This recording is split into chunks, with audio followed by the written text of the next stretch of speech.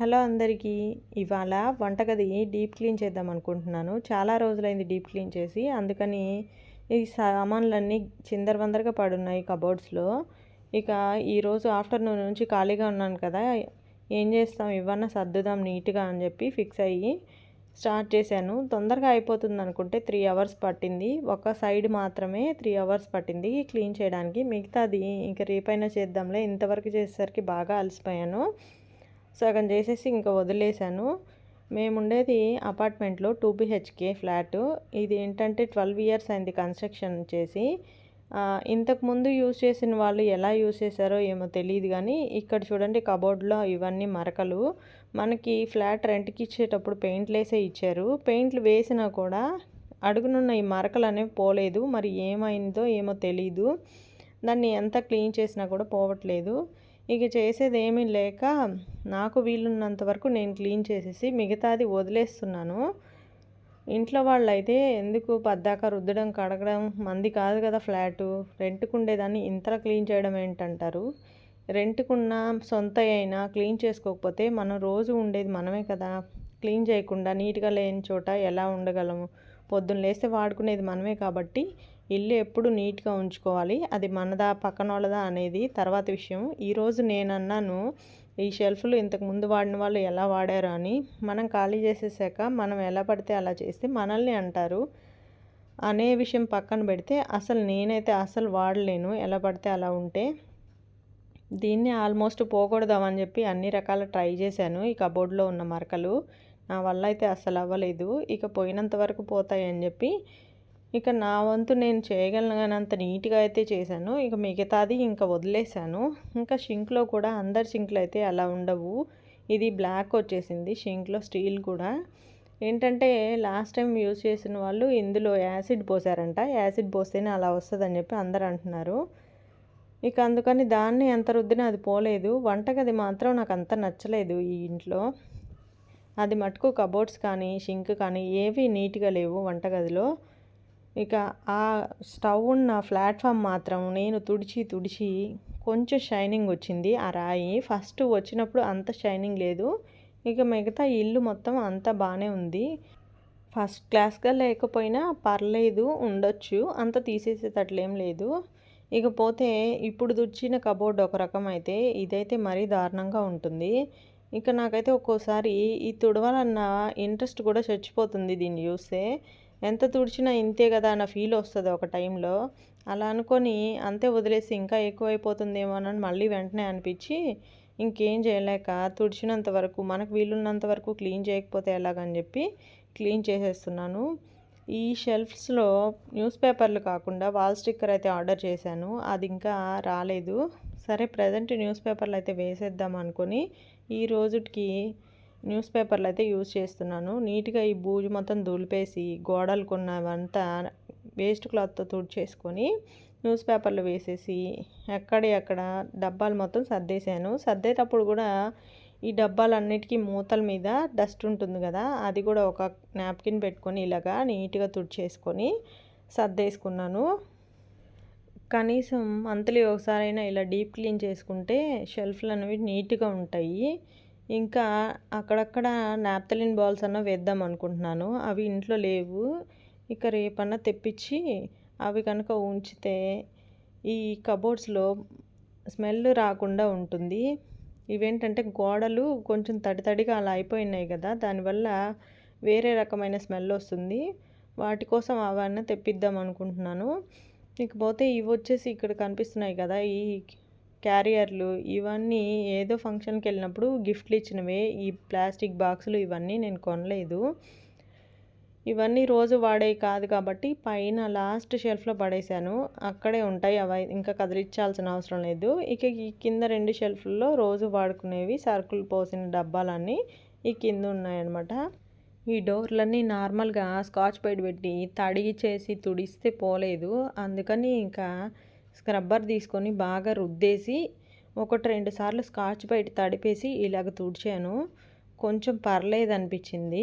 పైన అది మురికి మొత్తం పోయింది. నీట్‌గా వచ్చాయి గ్లాసులు కూడాను. ఇక డస్కులు చూడాలి. వీటిని చూస్తే ఇంకా తల తిరిగిపోద్ది నాకైతే. ఫస్ట్ ఫస్టు అసలు ఈ డస్కులు వాడకూడదనుకున్నాను. కానీ ఇవి వాడకపోతే మనకి ప్లేస్ సరిపోదు. ఇంకేం చేయాలో అర్థం గాక దులిపేశాను. అసలు రస్ట్ పట్టిచ్చేశారు లాస్ట్ టైం యూజ్ చేసిన వాళ్ళు. ఇంకా మనం చేసేదేం లేదు. ఆ రస్టు అదంతా ఎలా పోద్దో కూడా నాకు అర్థం కాలేదు. అందుకే పట్టుకున్న దుమ్ము, ఎక్కడన్నా బూజు మాత్రమే దులిపేసి ఇలా సర్దేస్తున్నాను. వీటికి కూడా డోర్లుకి ఉన్న హ్యాండిల్స్ కూడా రస్ట్ పట్టిపోయాయి. ఇక లోపలైతే నేను ఇలాగా శారీ బాక్సులు ఉంటాయి కదా, వాటిని యూజ్ చేశాను ఇవన్నీ సర్దేదానికి. నేను చెప్పాను కదా, ఏవి ఉన్నా తొందరగా పడేయను, ఉంచుతాను. దేనికో దానికి యూజ్ అవుతాయి కదా, పడేస్తే ఏమొస్తుంది అనిపిస్తుంది. అసలు బెడ్రూమ్లో ఒక కబోర్డుకి మొత్తం ఇలాంటి సామాన్లే ఉన్నాయి. ఈ కవర్లు వచ్చేసి మార్ట్లో అప్పుడప్పుడు కూరగాయలు తెచ్చుకున్నవి, కొంచెం మందంగా ఉంటాయి కదా, ఇలాగా ఆయిల్ క్యాన్ల కింద వాటి కింద వేసుకోవడానికి పనికొస్తాయని చెప్పి కవర్లు పడేయకుండా అంతే ఉంచాను. ఈ షెల్ఫ్ మొత్తానికి ఈ 2 కవర్లు కట్ చేసి వేసేస్తే సరిపోయింది. ఇక నీట్గా కబోర్డు మొత్తం 2 కబోర్డ్స్ డస్క్ కంప్లీట్ అయిపోయింది. ఇంకొక సైడ్ది ఇది ఉంది, ఈ లైను, దీన్ని కూడా కంప్లీట్ చేసేస్తే ఒక వరుస అయిపోతాయి. ఇంకొక వరుస ఉన్నాయి స్టవ్ పక్కన ఉండేవి, అవైతే ఇంక ఈరోజు అవ్వవు. ఇప్పటికే చాలా ఎక్కువసేపు చేశాను. ఇక ఇదంతా చేసేసరికి బాగా అలసిపోయాను. అందుకని ఇంతటితో ఆపేశాను ఈరోజు. ఇటు సైడ్ ఏంటంటే ఇలాగ టీ కప్స్, ఇంకా గ్లాసువి ఏవైనా ఉంటాయి కదా, గాజు గ్లాసులు, ఇంకా డైనింగ్ టేబుల్ మీద యూజ్ చేసే జగ్గు, ఇలాంటివన్నీ కొంచెం జాగ్రత్తగా యూజ్ చేసేవి, కొంచెం అటు ఇటు అయితే పగిలిపోయే వస్తువులన్నీ ఒక షెల్ఫ్లో పెట్టాను అనమాట.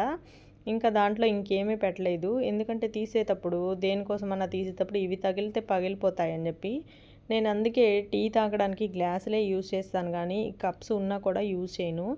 ఎవరన్నా ఇంటికి రిలేటివ్స్ గెస్ట్లు ఎవరన్నా వస్తే వాళ్ళకి టీ ఇచ్చేదానికి నేను వీటిని యూజ్ చేస్తాను.